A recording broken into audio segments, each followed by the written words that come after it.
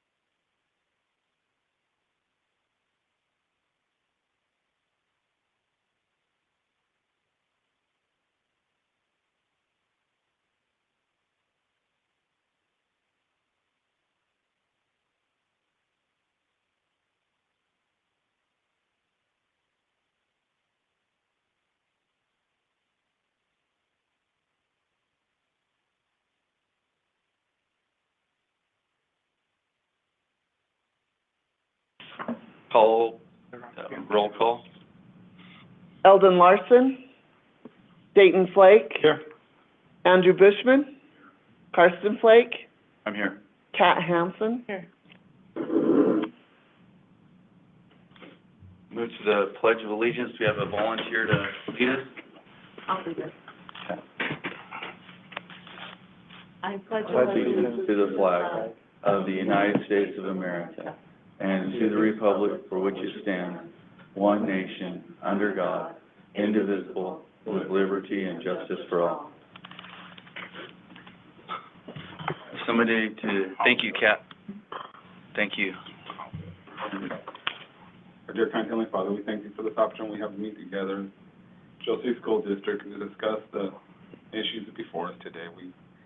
We thank you for the freedoms we have and for this community. We ask you to please bless all the people out there defending freedom. Please help them to know of our appreciation. We thank you for all our many blessings.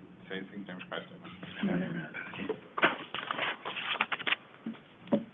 I motion that we adopt the agenda as presented. I'll second this. Okay. Call for the vote. Myself, yes. Andrew? Yes. Kat? Yes. Dayton? Yes. Okay. Go to the superintendent's report. Unless you want to adopt the minutes. Oh.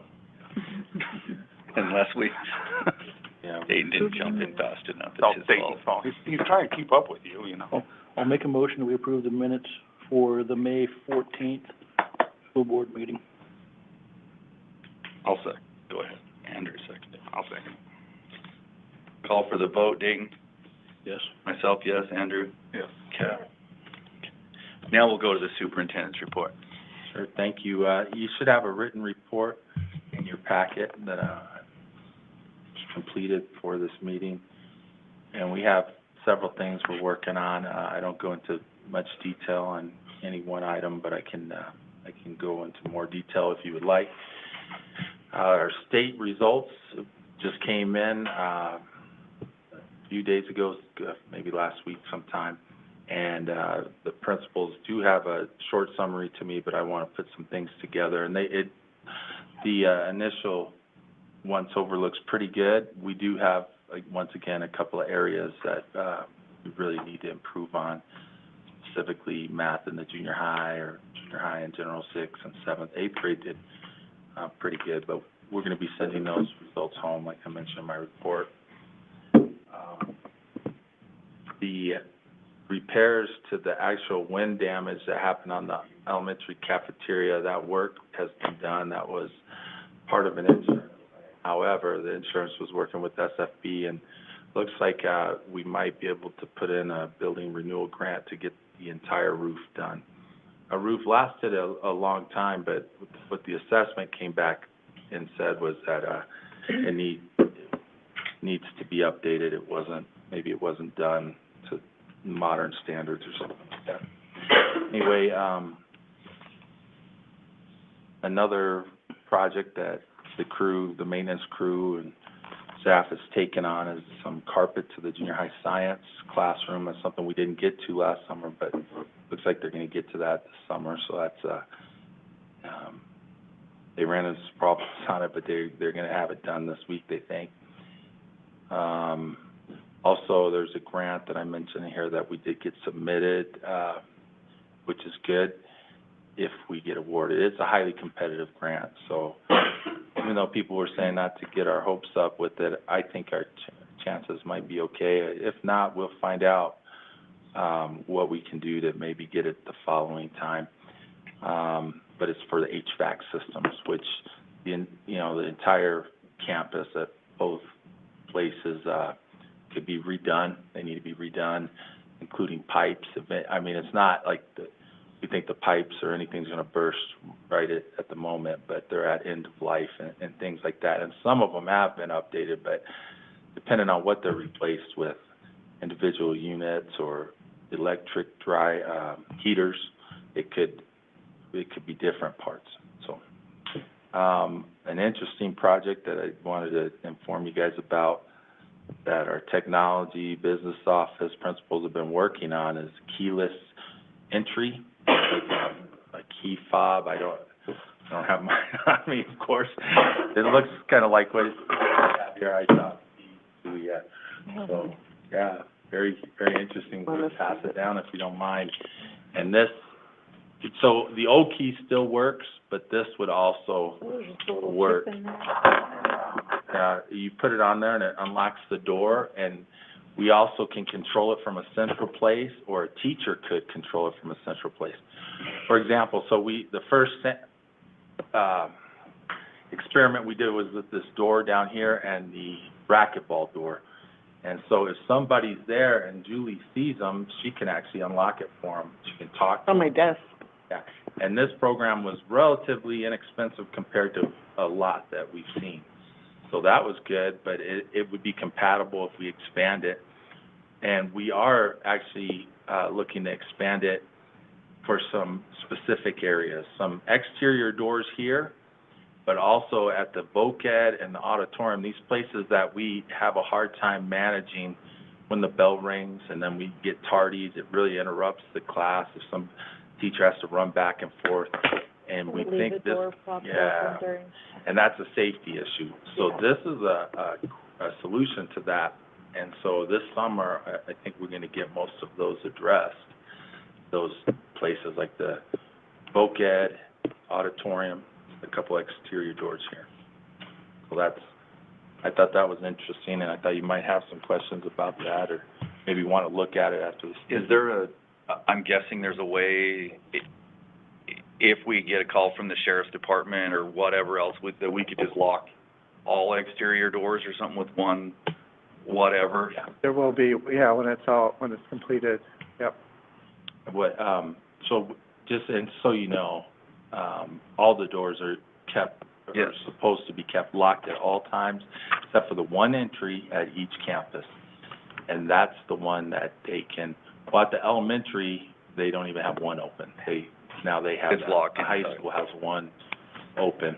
But it's very hard and taxing on those teachers that are right next to that door if they have to run out every passing period, lock it, unlock it, hear knocks for all this stuff. So that's a problem. Could it be set up that the vocational doors that you were talking about and the back door to the high school would automatically just open during passing periods? Yeah, Is that's yeah, programmable. yeah.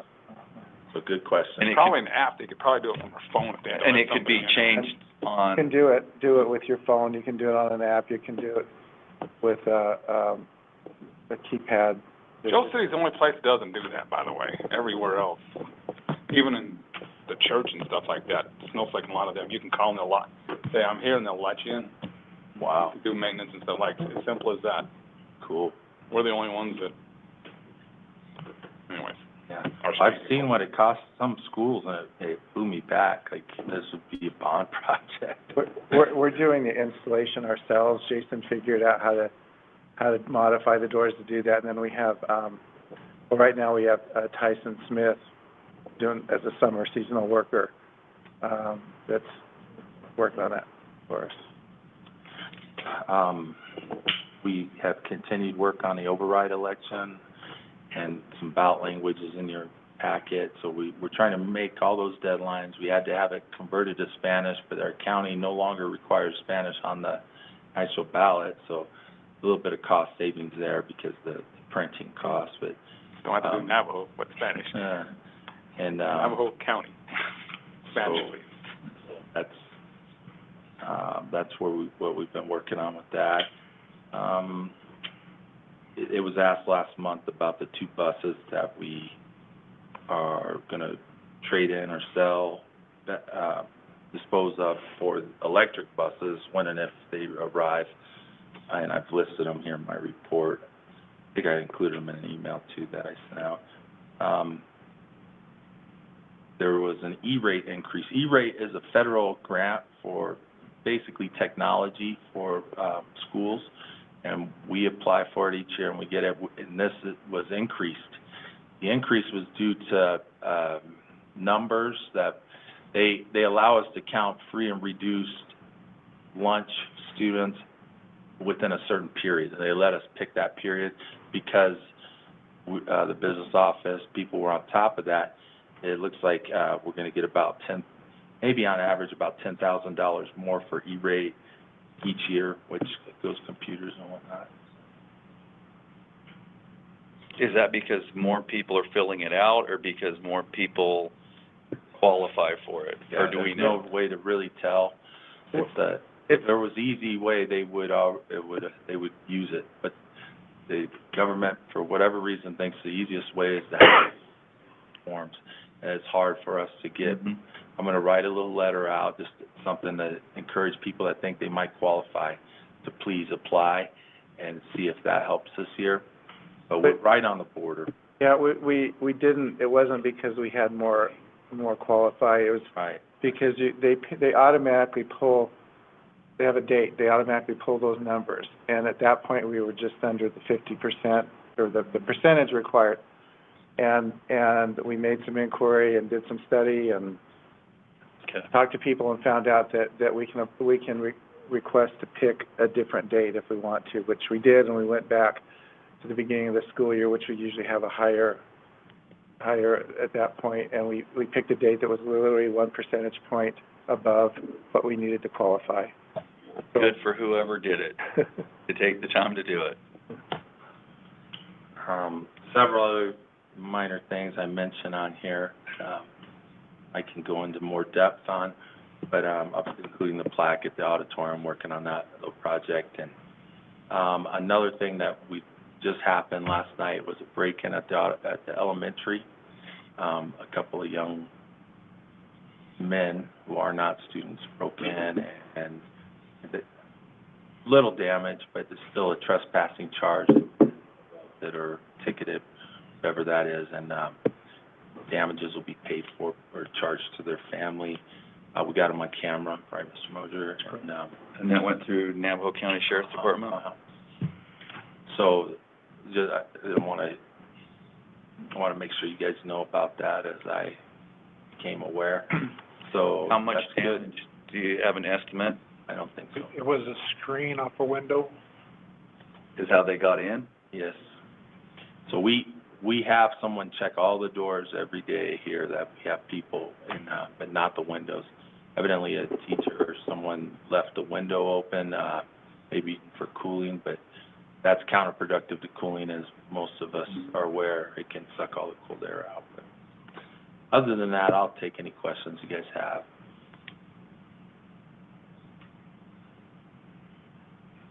Where are you looking at the additional electric charging stations? Right out here? No, by the bus barn. Okay. And it's kind of tricky because there's not a service to the bus barn. It goes underground from the main campus to the voc ed and to the bus barn.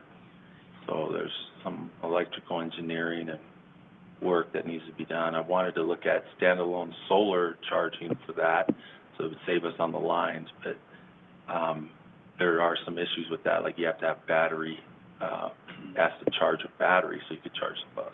Do we have, so we don't have any electric charging stations for buses currently up there, correct? These would work. But up there, we don't have it. Okay. Did you get an estimated cost then? Or, well, yeah, there's a lot of variables, so Okay. it depends. A charging station, could be 5,000, one like those. A bigger one, which we already found out we didn't need when we did the original analysis, could be over 50,000, so there's a big change. But I bet we're at 50,000 just to get power to it. Yeah. Because by the time you drop a couple power poles and you loop around that school, because you can't go over it. So you're basically going to have to circle the campus. If you did it for less than 50, I'll be blown away. Because we're at like 3,000 to 5,000 per pole, Mm. plus easements, plus the pot or the transformer. I'm hoping APS might be willing to work with us. They expressed some interest. They didn't commit to anything yet, but work with us, because they're promoting this type of thing. They did these out here. Yeah. It looks like our microphones are blinking. Does that mean they're off, or This one's we need green. to reset them somehow? Takes anyone. Is that one still green? Okay. No, but thank you for the question. Any other questions for Mr. Field?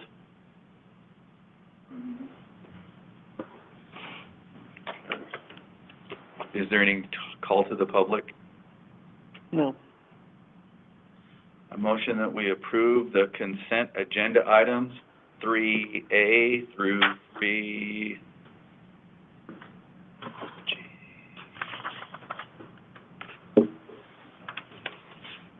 J, K, L, 3M. M through M. JA through M. Maybe I should have caught this earlier. Okay. 3L, the EPA electric busing, I'm voting no on.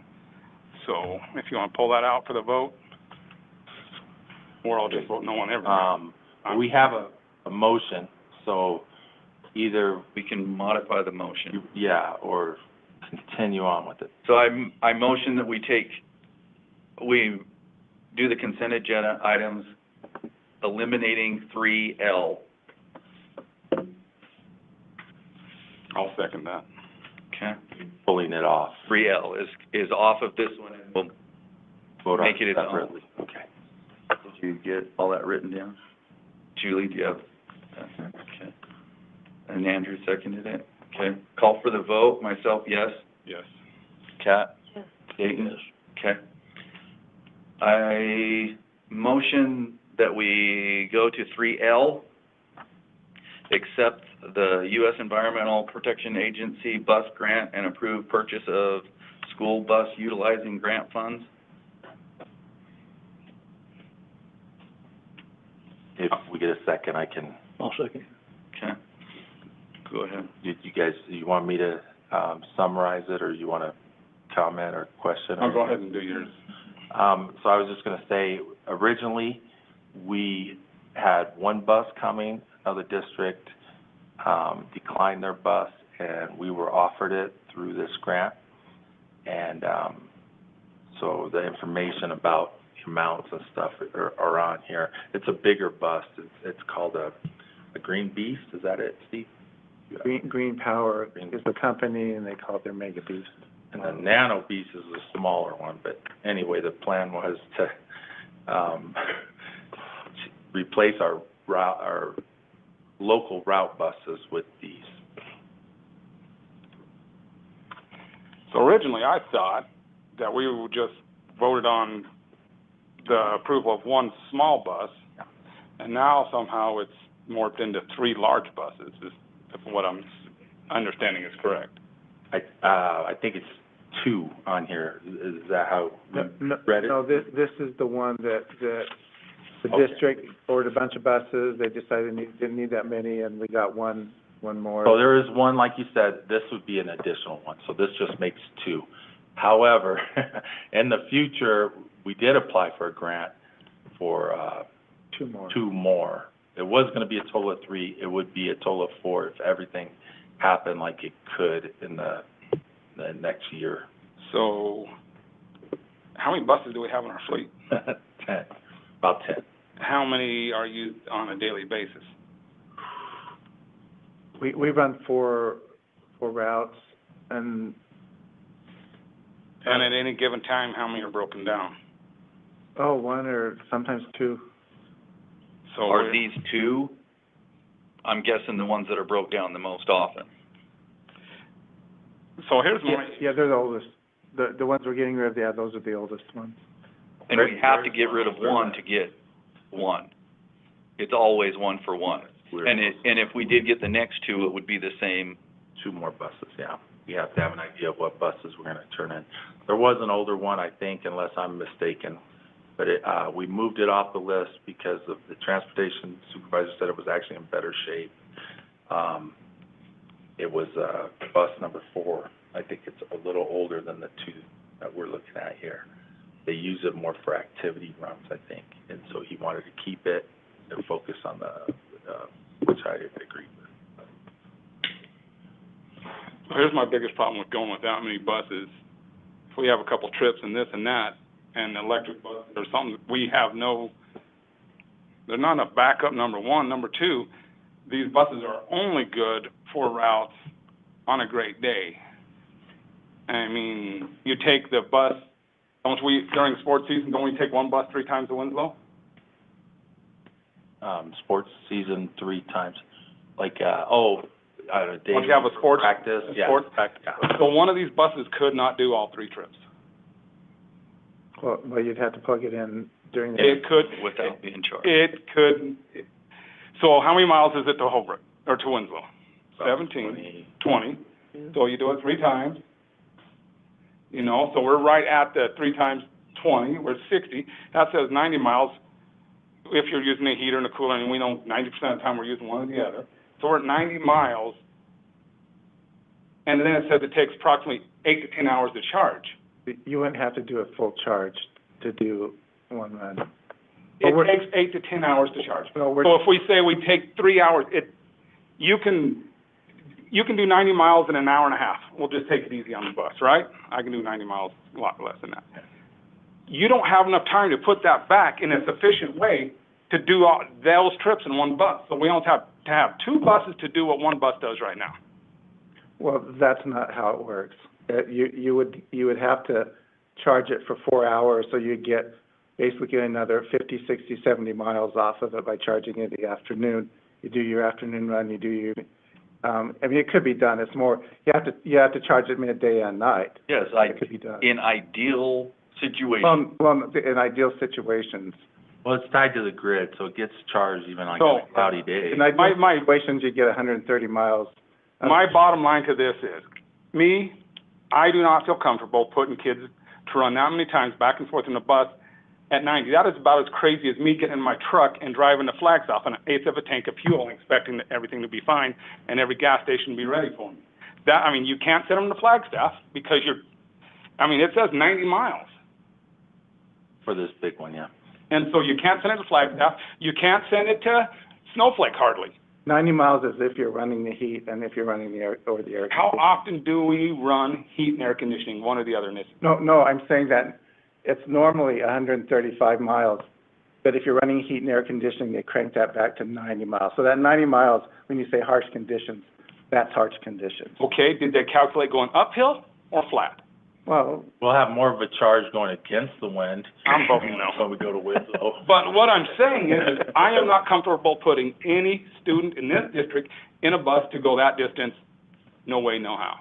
The local bus, the one bus we talked about, so we can do little local things, fine. I don't think we have enough extra cushion to go 4 buses, 3 buses, and not get ourselves in some problems. Has anyone looked into how much the batteries would cost to replace? Just the not on maintenance versus one and the other, and then also the cost of these new charging stations versus what we already pay for diesel. Yeah. Has Yeah. that compared? And we're not set up to do it. There's been a cost analysis. I will email that to the board right after this meeting if you'd like, by a group that we worked with. So there's a return on investment, amount of percentage that we could potentially save, that we're anticipated to save, depending on how many buses we get. So, we do have that. Didn't know if this was gonna be as controversial because it is allegedly worth almost $400,000, just one bus here.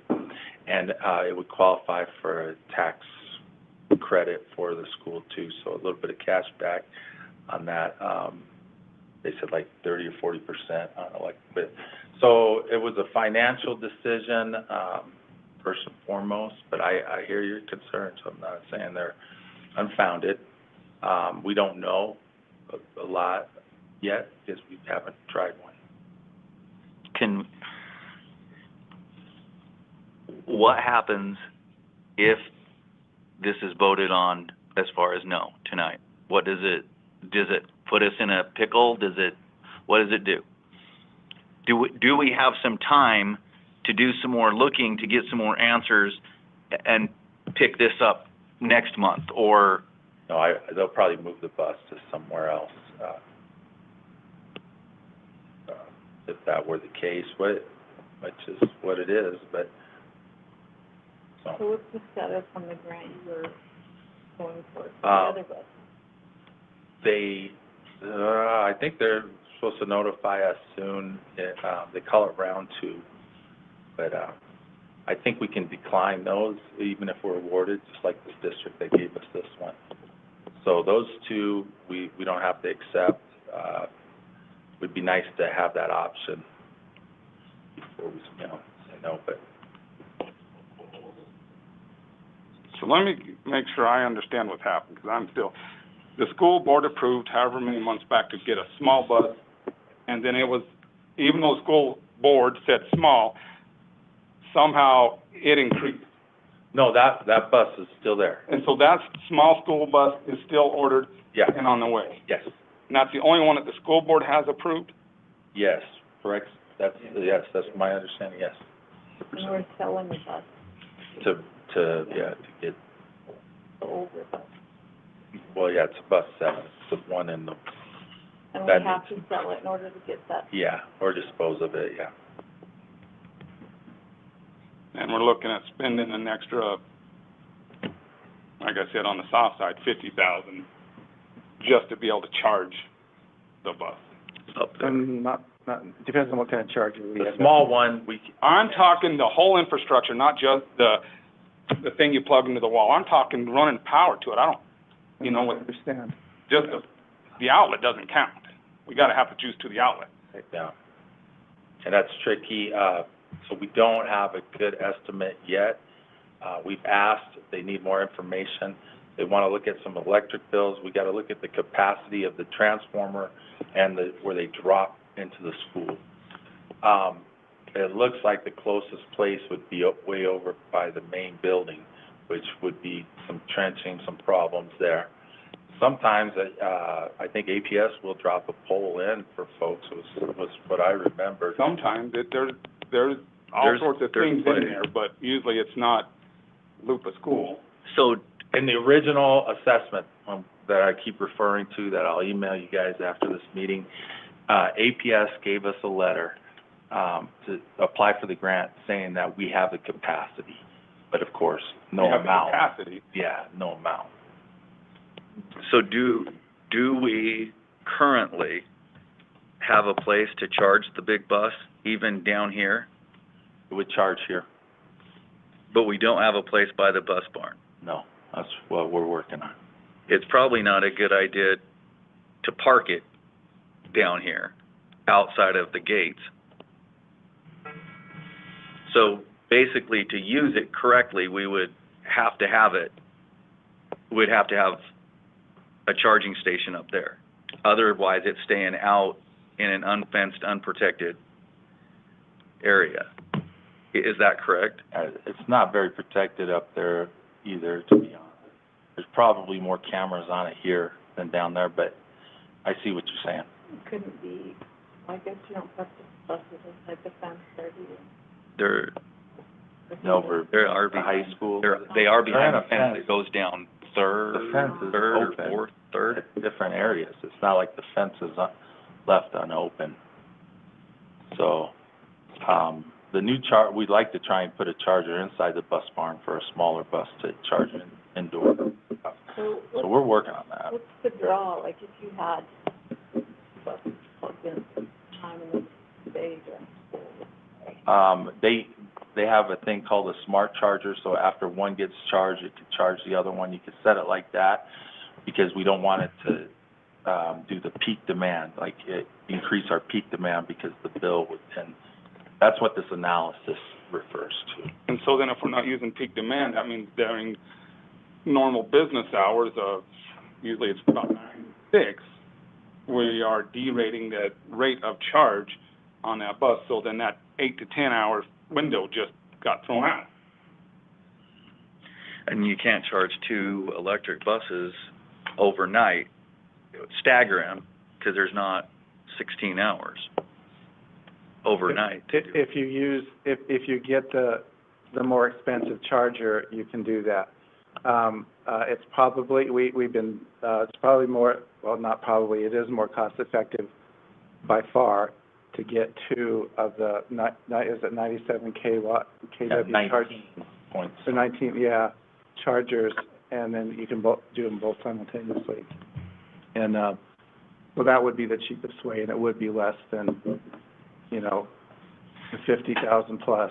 you know, to run the, for a higher power charger.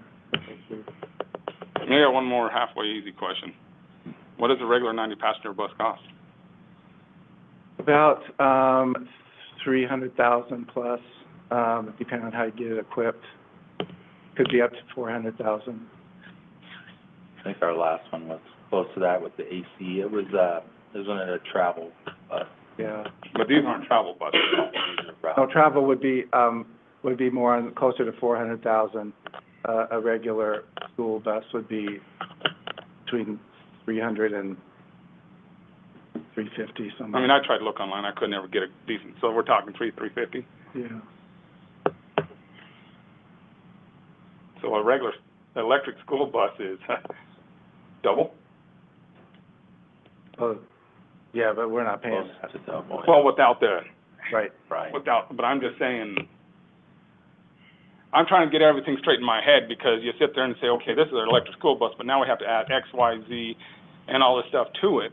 Are we really getting ahead, even with the stipend or the government handout, whatever you want to call it?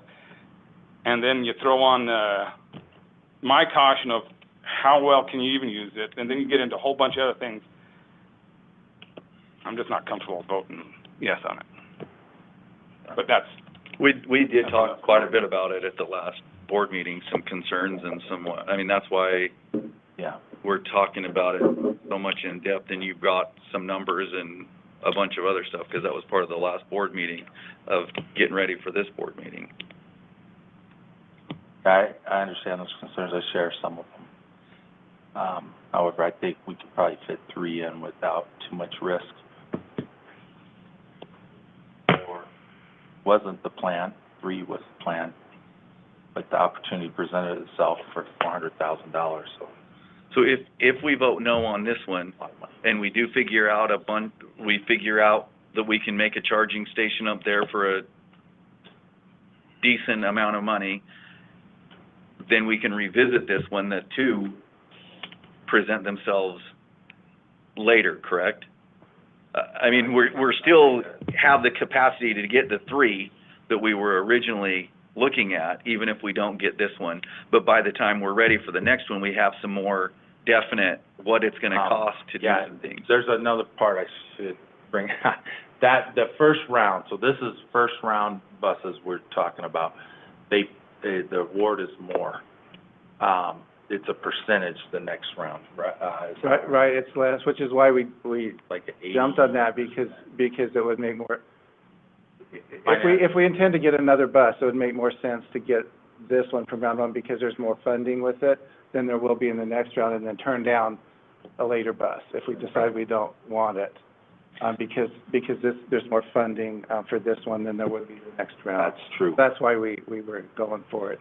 And on the other hand, if we get this one, and it's going to cost us a ton of money to get a power station, we might be better off without it until we figure out how to do it better. I mean, there is that possibility. I'm not saying that's for sure, but that is a possibility. Well, we have done some research on that. I mean, it's not like we haven't looked into it. First of all, that big bus, if we do get it and we get it ordered, we're at least a year away before it's delivered. In the meantime, in fact, just today we did talked with a consultant on some of the tax credit and some ways to help fund a charger, and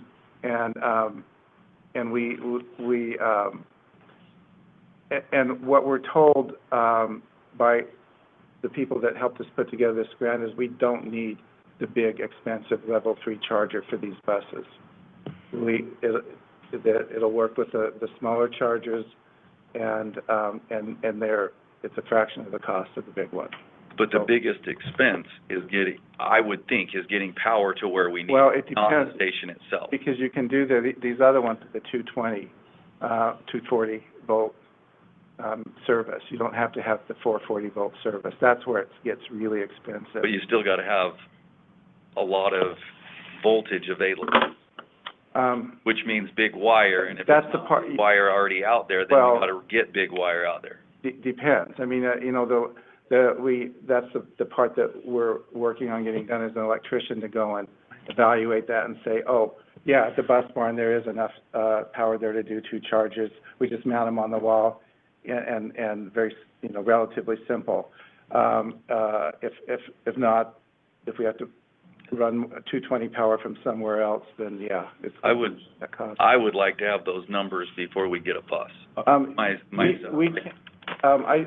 think that we probably, Brian, we'd probably be okay if we waited until the July meeting. From what I understand, all the schools haven't submitted their POs yet for that, so that's just now beginning to happen. So we might be okay with that. We did get a quote from an electrician.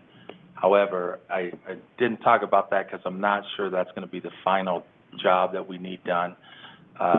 Commercial electrician out of Snowflake, and if I can remember the quote offhand, it's about $50,000 to do it if we do the digging. It's over a bunch of current lines, so we would have to do the trenching from where he pulled his measurements from.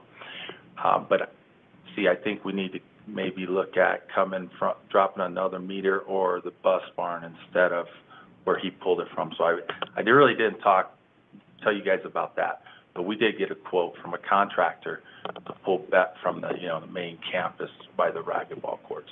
But anyway, Since there's multiple options, I think we need to look at all those options too. we are. I mean, I don't want to give the impression that we haven't done some legwork here, because we have. My recommendation would probably be to approve this one and then maybe not one of the next 2, but we can wait if that's what the board would like to do. By the next meeting, we can probably have some more definite answers of what it's going to take and what it's going to cost to get them in, right? I think so, yeah. Okay. Are we ready to call for the vote to postpone it till July? Or vote yes? I mean,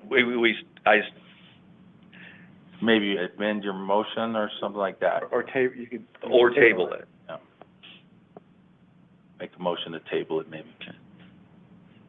So after discussion, I make the motion that we table this until the July meeting and have more information. So this is the 3rd amendment to this.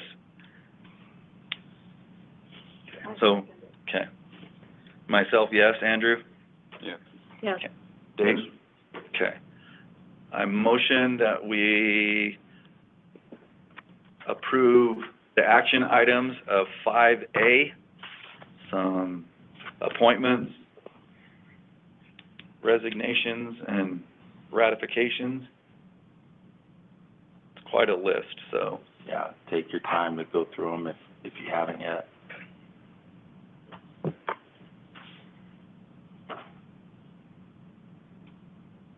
Looks like a lot of them are seasonal and student workers. Yes. We have a new transportation coordinator on this list that should make a note up there. Spencer Johnston. Was that Dale? Yes. And I'm glad to see him get that appointment.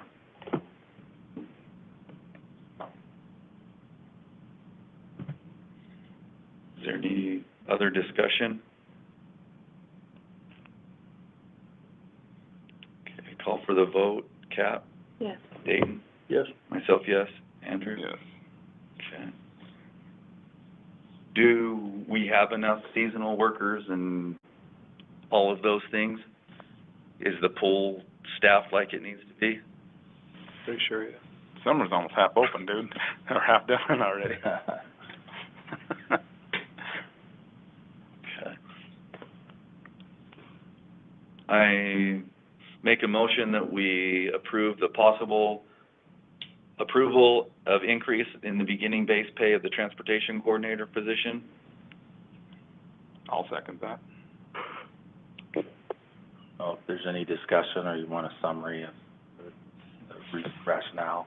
I have some questions, but if you tell your thing first, it might answer them. Sure. So a lot of times when you receive a new person or a person moves up with limited experience, it's important to look at this. And that's what we did in order to make it a competitive opportunity for the applicant. So that's the reason we wanted to move it up. Have we looked at other school districts similar to ours? Does this put us better in the category or out of the category? We're very low relative to other school districts. Okay. Is that something we might need to look at? Well, if we can't, if Spencer leaves and we can't find another candidate, yes. But not at this point. Okay. It's a little bit of a different role at different districts, too. Yes, it is. Ours is a mix, Yes. being a bus driver and a transportation coordinator. Yeah, thank you, that, which is kind of why. Just a few years ago, this position was also maintenance and also involved in computers and everything else, so. Yeah, this position seems to change quite a bit.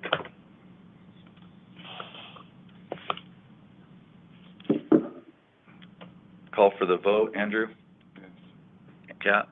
Dayton? Myself, yes.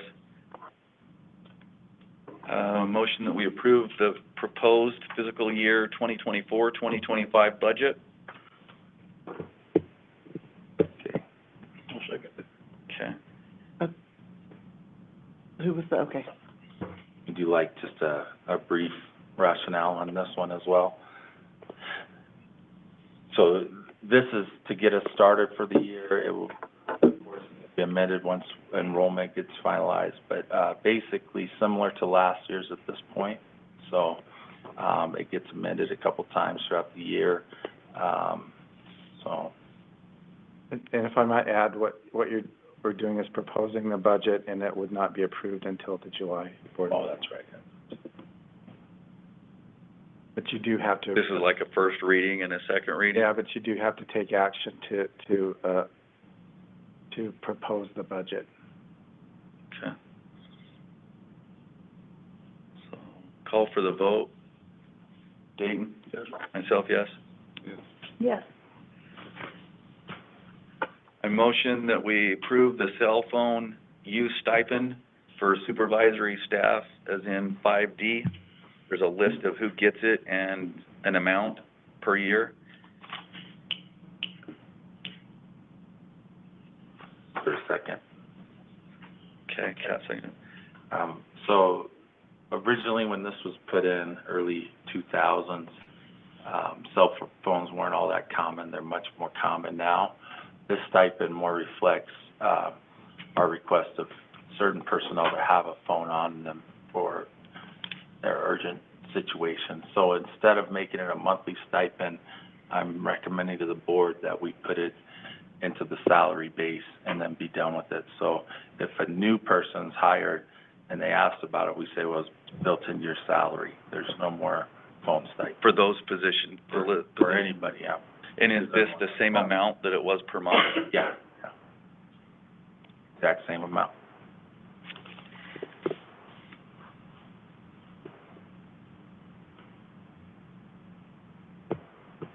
So, just a second, did you say it's a stipend?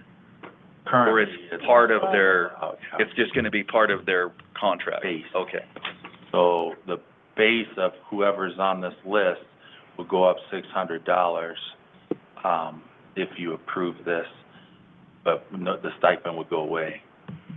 Financially, it's the same for the For district. the district, Does it affect? they'll get an income tax charge on that $660. Which they do anyway, I think.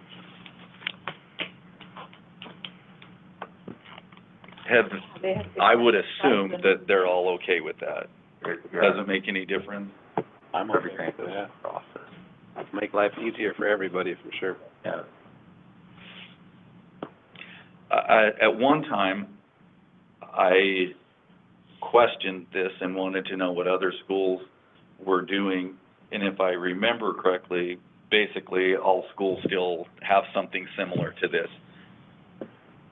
They either do that or they issue a cell phone. Yes. To keep people. They have the option. Carry people, Yeah. that this would, but, and the thing that, the issue we have here sometimes too is we have a lot of people that use their cell phone as part of their job, and they keep getting more and more requests every year. I want cell phone stipend too, and, we haven't granted any other than management people, so this would just get rid of that as an option. Everyone. Is there more people that need it?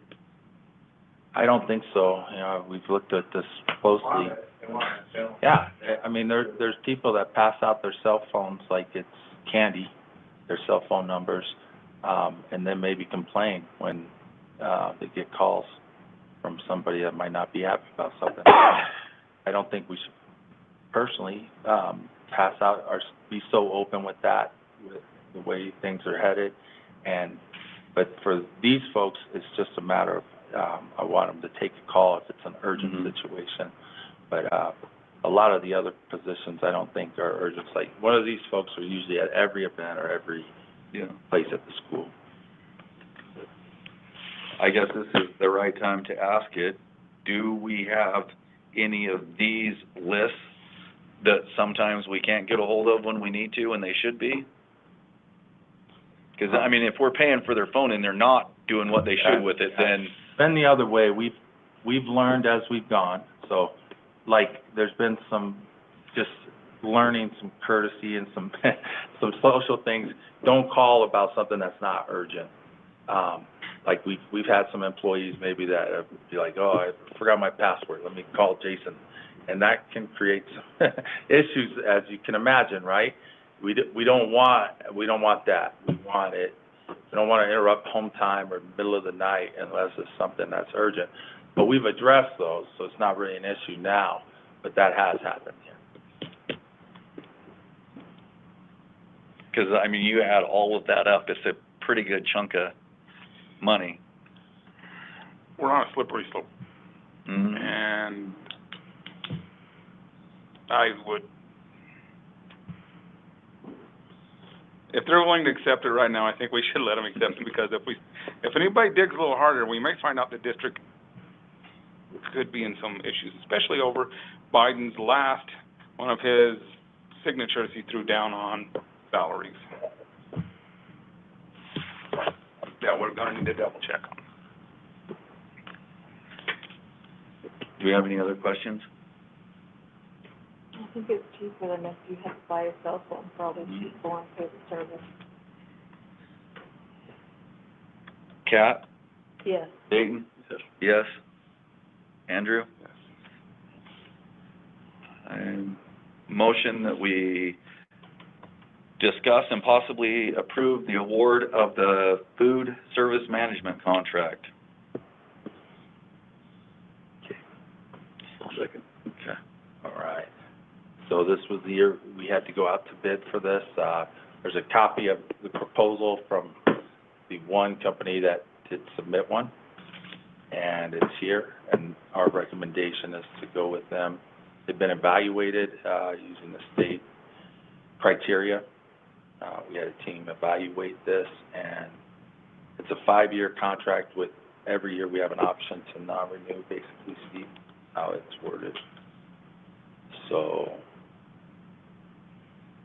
I don't know if you have questions about pricing or anything. Yeah.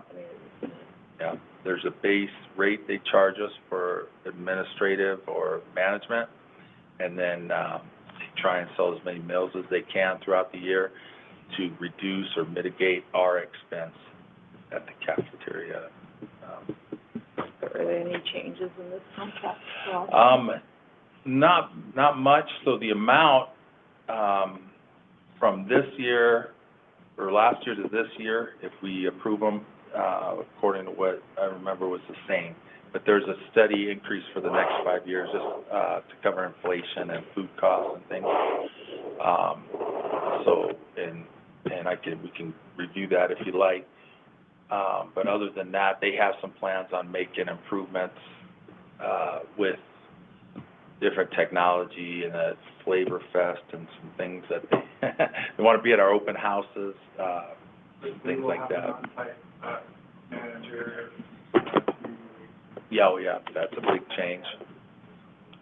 Yeah. We talked about this multiple times throughout, at least the time I've been sitting here. It's a charge, has Do we not have 3 bids on this? Only one company that we sent out to public service companies. So, okay, whoa. And then I'm whatever. Because I know we talked about it multiple times, about getting multiple bids, what the cost to do in-house, a lot of this stuff. And I don't see any of that information here. I don't even see any being addressed, so it's like we should have forgotten, got on with it. Therefore, it's a cold no for me. Well, Matt, just a reminder that's up there, so, here, if you want.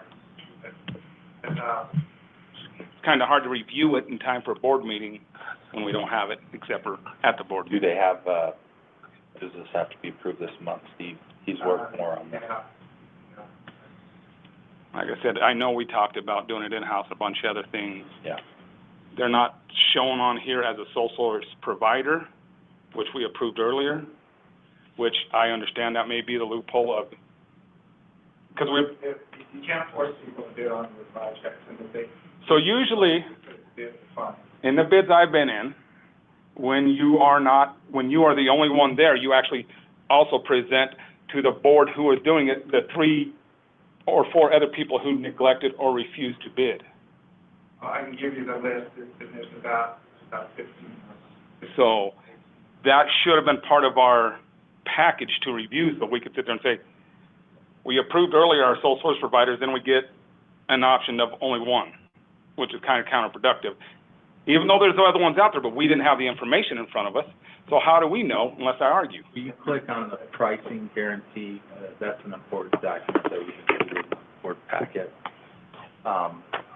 along with some of the other things. But this will show, this is one thing they include to cap That's the what losses. cost for their services, $30,200. And then that's what they guarantee, in our case, it's the loss, we can't run into the, it's very difficult to run into the process here, because of low numbers, but, participation rate. But they guarantee that the loss won't exceed that. We've never gotten, every time we've gone to bid, and, we've done it twice, this is the 3rd time, and we never even got to that number, so we've always done better, than what it says there. That's the number, and I'll go grab those lists of companies. When is the last time we've done this and had more than one company bid? We've never had. 5 years ago, we had just the one company as well. I think we're the smallest district that they serve, so that, Do they, does something. do they only serve small districts? No, they, there's a list of districts in here that they, contract with. In the past, have we, it seems like we have, looked at what it would cost to do it in-house, and didn't we do it in-house at one time and it cost us more money? Yes. When's the last time we revisited that option? As far as labor, they don't pay their employees as well as we do, I noticed. And those are really the only ones in the state that do this sort of thing. So we send it to basically every Football camp. vendor that's Yeah. qualified Yeah, and that helps administer, offset. and, When- USDA. Not in July, they're weak. They rely on Asteria to prepare We their advertise food in the paper, we put it on our website, and every company that Could be other groups that feed them, or a bid package. whatever, some. Did any of them even respond back that we Had won't one, bid? in past years, we've had multiple people respond that declined bid. But this year, we only have one that Is responded that back. in there too? There's updates, guarantee, Where to go? of what our losses would be, so we can plan. Aramark, a company called Aramark, said, we're pleased to Would this consider, like some we're pleased to miracle consider our company to inflation? provide services. A different At this direction. time, we are not going to submit a proposal. Selection. Yeah, Would they adjust or? either that, they were We're trying not to get a- us we're to not adjust a it, or they would level cancel, Application, that's why they're- terminate our contract. There's like a termination clause for each side, Mm-hmm. you know, if something crazy happened. Just like, you know, we have it for each year. They have the same option, I think. And the contract that we use, pretty much every word of it is prescribed by the state. You can't alter it. There's options we can choose. You know, we want it to be run this type of Yes. program or that type of program, but, but the wording for those options is also prescribed. Yes. And they do it that way to make sure we meet all the legal requirements. There's all their districts in the state. Now, so Barrel. is there any, other attachments that might be useful? Here? Hey, look, the managers, so we'll have a manager on site twice a week, which is a change. Have really no increase to us. Actually, a little bit less. That's the concept. Yeah. And then, other district, their recommendations from, you know, if have their letters or again, it's also in your board packet. So some of this that we picked out is in your board packet, not all of it.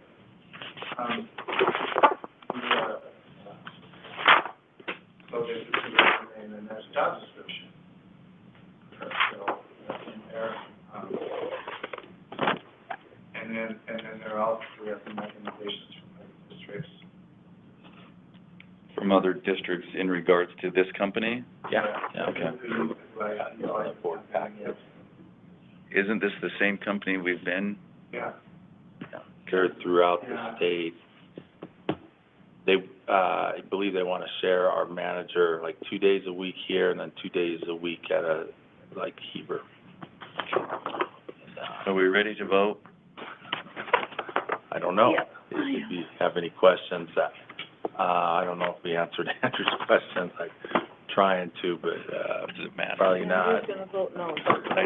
Okay. So call for the vote. Andrew? No. Kat? Yes. Dayton? Yes. Myself, yes. Do we have any information that we need to talk about for the next Yeah. policy change stuff? Just a few items if you'll allow me to. So, and it's in your packet, but, policy change for, this will be the first, actually, this isn't a first reading, this is just an informational, or this is a first reading? It is.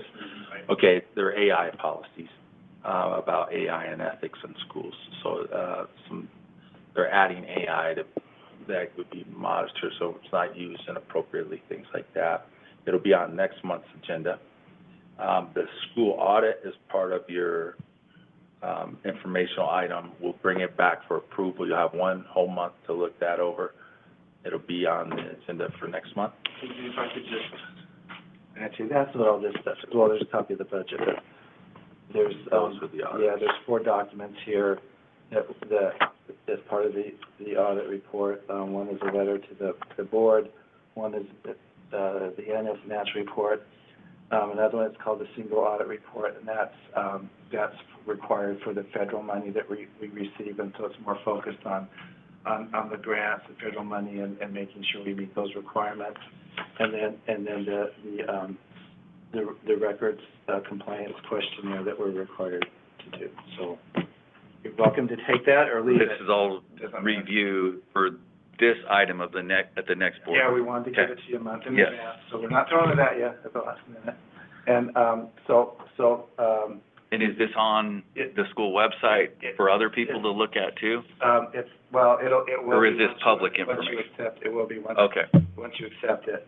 Right now, it's uploaded into Board Book, so, you know, you can review it electronically. If you want to take the hard copy with you, you can, there it is.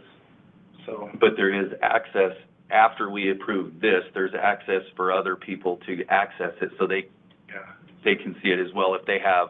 Yeah, or they can, or they can come Okay. down and ask for a hard copy, and Okay. that's how it works, yeah. And that's for 6A and B?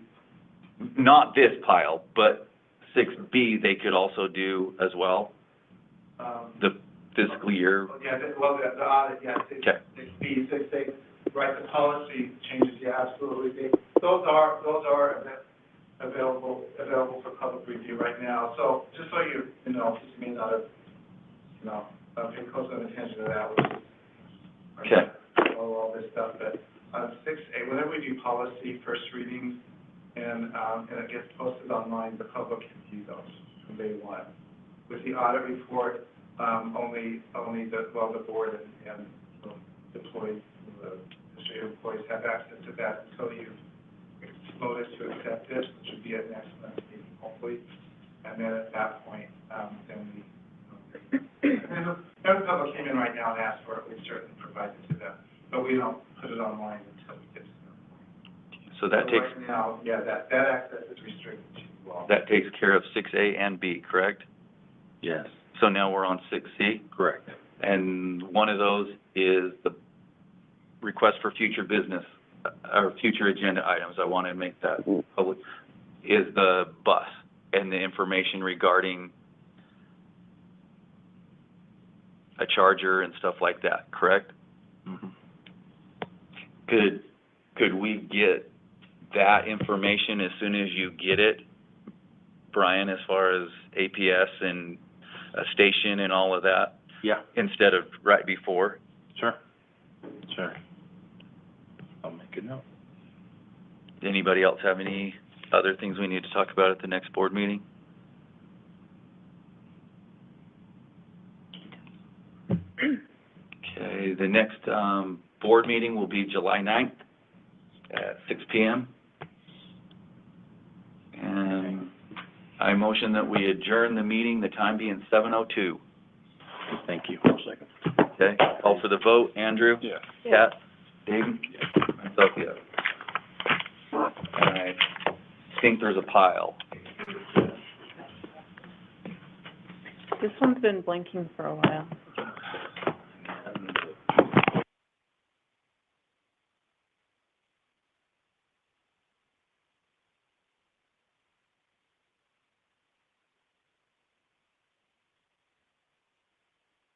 Yes, is it up?